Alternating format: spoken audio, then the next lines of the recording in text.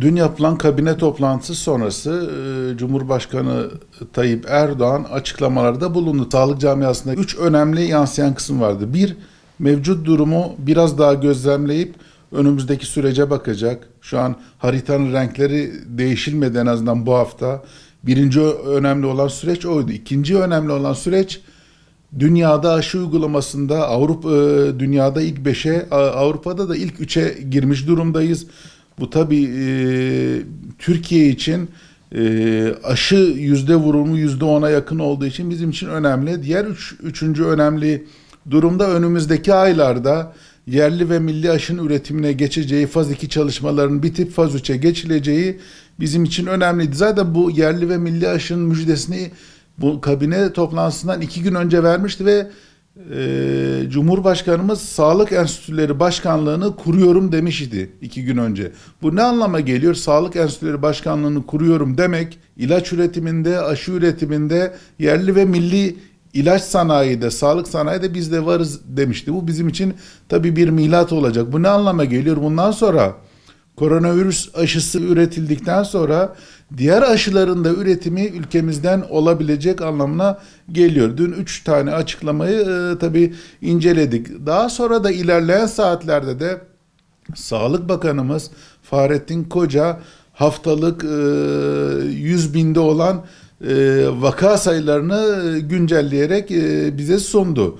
Burada dikkat çekici iller vardı. Bu illerin başında tabii İstanbul, Ankara ve İzmir. İstanbul 178'lerde, 100 bin vakada 178'lerde, Ankara 68, İzmir 78 oranını tutturarak bir üst kategoriye geçti ve hızını arttırdı, vaka sayısını arttırdı.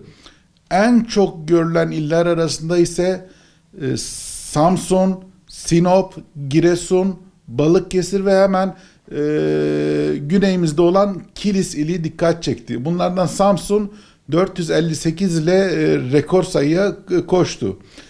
En düşük illere geldiğimizde ise Siirt daha geçen haftalarda 20'deyken bugün 2'ye düştü. Çok ciddi bir vaka sayısı düşüklüğü. Siirt, Hakkari, Şırnak dikkati çekiyor. Tabii bu İstanbul niye 111'lerden 178'lere, Samsun niye 458'lere, Siirt niye 20'den 2'ye düştü? Bunları biraz açıkladığımızda şu an Siirt'teki vaka sayısı İstanbul'un 90 katı düşük.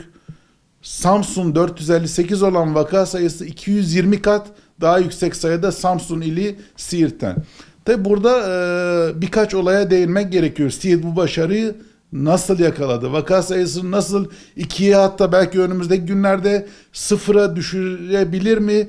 Yani sadece Siirt bazında biz pandemiyi bitirebilir miyiz? Aklımıza gelmiyor değil. Bu başarıyı birkaç şeye bağlayabiliriz. Birincisi, geçtiğimiz 3-4 ay içinde Kasım ve Aralık ayında Türkiye ve Güneydoğu Anadolu özellikle pandeminin ikinci dalgasının pikini çok yüksek sayıda bedelle ödedi. Bu bedeli nasıl ödedi? Hemen yakınımızdaki sevdiklerimiz vefat etti. Hemen yakınımızdaki sevdiklerimiz hastaneye yattı, taburcu oldu. Bir kısmı taburcu olamadı. Aslında bedeli çok yüksek sayıda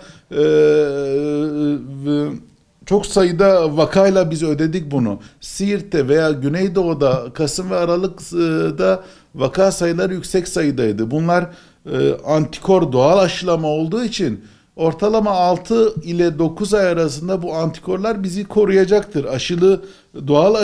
Doğal bağışıklama oldu sayıyoruz. Tabi bu ne anlama geliyor? Kasım ayından, Aralık ayından 6 ay gittiğimiz zaman Haziran ayından sonra acaba Güneydoğu Anadolu bölgesi, Siirt, Batman, Şırnak'ta antikor seviyeleri düşeceği için ikinci bir dalganın bitiminden sonra üçüncü dalgayı görür müyüz? Bu da aklımıza gelmiyor değil. Bu nedenle lütfen Siirt ve diğer Güneydoğu Anadolu, diğer mavi illerin maviye bürünmesi rehavete kapılmasın, bizi rehavete sokmasın. Yine tedbirlere uyalım, özellikle maske olayına, fiziksel mesafeye, hijyene ve aşı sıramız geldiği zaman aşımızı olalım. 4 ana tedbiri ne olursa olsun bu pandemi döneminde mavi renk olalım, kırmızı renk olalım, uymak zorundayız. Yoksa ciddi bedeller ödeyebiliriz.